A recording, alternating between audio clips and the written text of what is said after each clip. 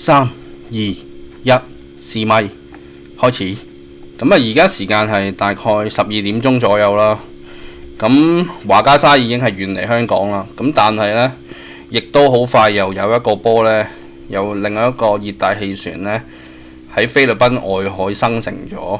預計呢，有機會喺幾日後呢，喺香港嘅外圍掠過，有機會帶嚟一啲雨水雷暴咁樣啦。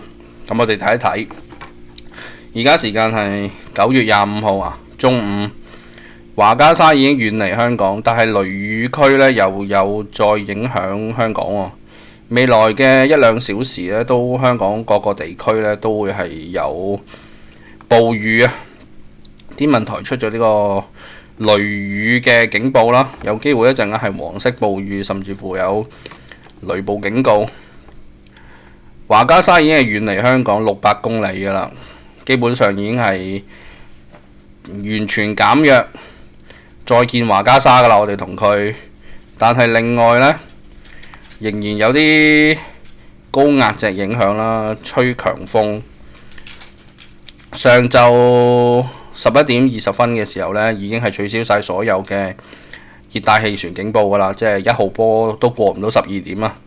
但係今日9月25號呢，天氣仍然係間中地區有驟雨啦，有雷暴。部分地區都幾大雨嘅，咁啊自己準備把遮啦，帶備把雨傘啦。但係就會有下一個波吹嚟啦，咁呢個波呢，但係就唔係好影響香港嘅，不過都可以同大家報埋，已經俾埋名佢㗎啦。但係佢吹襲菲律賓嘅話呢，菲律賓會舐嘢，菲律賓嘅南邊應該舐晒嘢嘅，咁或者係佢擋晒之後呢，咁啊基本上都吹唔到香港㗎啦。佢最多都係接近香港嘅600至800公里範圍嘅啫。天文台熱帶氣旋博羅伊呢，喺未來2日呢將會進入南海，最接近香港嘅時間呢，可能會係大概係星期6日，係啦。不過就唔近香港嘅，最多都係掛1號嘅啫。華加沙已經遠離香港啦。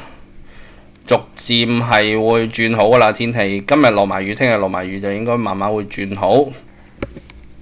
位於西北太平洋有個熱帶氣旋博羅伊呢，將會喺呢2日呢吹向菲律賓嘅中部，進入南海，橫過咗菲律賓之後呢，鏟過菲律賓之後呢，會一直係向呢個南海南島一帶嘅海域進發。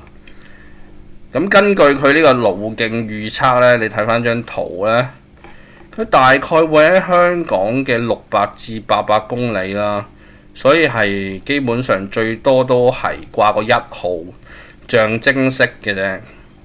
但係未來幾日會，即係如果佢吹過嚟嘅時候呢，又會影響到香港喎，會好熱喎，係啦。28號嘅時候呢，同埋27號呢，部分時間有陽光，去到成32度喎，都係比較熱嘅喎。未來幾日呢，未來1個禮拜嘅天氣呢，都係間中有雨，但係就氣温都唔低嘅，最低時間夜晚都27度，日頭呢最高氣温33度。咁中秋節就應該冇嘢㗎啦，冇風啦，暫時嚟講。但係10月中至10月底呢，應該仲有。10月嚟講呢，應該仲有2至3個颱風會出現嘅。咁大家要留意翻啦，係啦。咁啊，今日冇乜太多嘢講啦，長話短説，講完㗎啦。如果有進一步嘅消息，真係會影響到香港嘅話，我哋先再講啦。